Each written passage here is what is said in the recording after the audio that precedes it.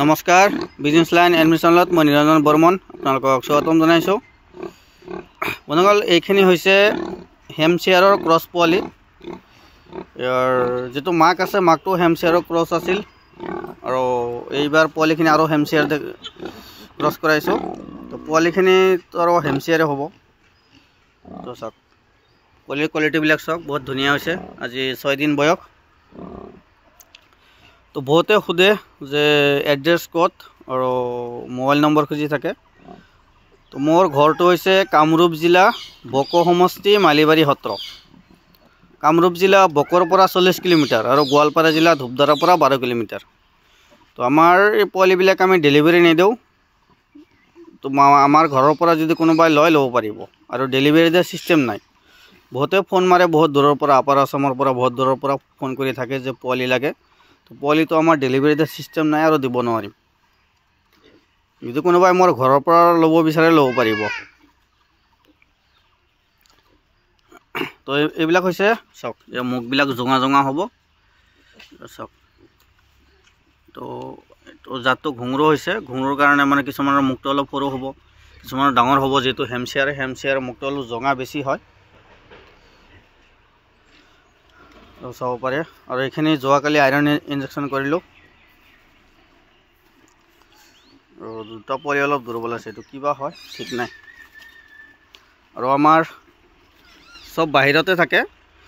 আৰু যেতিয়া নেকি পোৱালি দিয়াৰ সময় হয়, পোৱালি দিয়াৰ সময় হ'লে এইটো গঁৰালত। আৰু এইবিলাক নতুনকৈ বনাই আছোঁ। ইয়াত আৰু 3টা গঁৰাল। এইটো হ'ব গাহৰিৰ পোৱালি ৰখাৰ কাৰণে। একচুৱেলি গাহৰিৰ ৰুমবিলাক 9 বাই 13 বা 14 বনাব লাগে। আৰু মই যিটো দেখাই পাই আছোঁ, কিন্তু গাহৰিৰ ৰুমবিলাক বহুত জেগাত চাইছোঁ, ফাৰ্মবিলাক মানে বেলেগ বেলেগ ধৰণৰ বনাই থাকে। তো মোৰ যেনেকুৱা পচন্দ লাগিছে, মোৰ এনেকুৱা পচন্দ লাগিছে। এইটো মাহাৰিটো ইয়াত থাকিব আৰু পোৱালি দিয়াৰ পিছত আমি ইয়াত ব্ৰিডিঙৰ ব্যৱস্থা কৰিম। মানে ইয়াত ব্ৰিডাৰ ৰুম এটা আছে মাজত, 2 চাইডত 2টা মাহাৰি থাকিব আৰু মাজত পোৱালিবিলাক যদি 2টাই পোৱালি দিয়ে, এতিয়া মাজত থাকিব পাৰিব।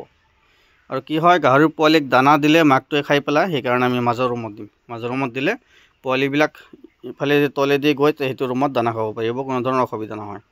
আৰু পোৱালিবিলাক সোনকালে মানে ফিটত আহি যাব দানা খাব। চাওক ৰুমটো কেনেকুৱা হৈছে সেইটো জনাব।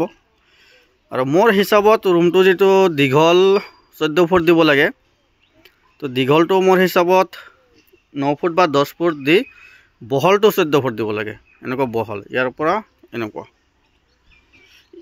এনেকুৱা দীঘল 9ৰ পৰা 10 ফুট দিলে হ'ল। এনেকৈ দিব লাগে 14 ফুটমান। তেতিয়াহ'লে কি হয়, মানে এটা ছাইডত ইফালে যাব, আপোনাৰ মল মূত্ৰ ইফালে পাৰ হৈ যাব আৰু ইফালে পোৱালিখিনি থাকিব। পোৱালি বা মাকটো ইফালে থাকিব, অসুবিধা নহয় তেনেকুৱা।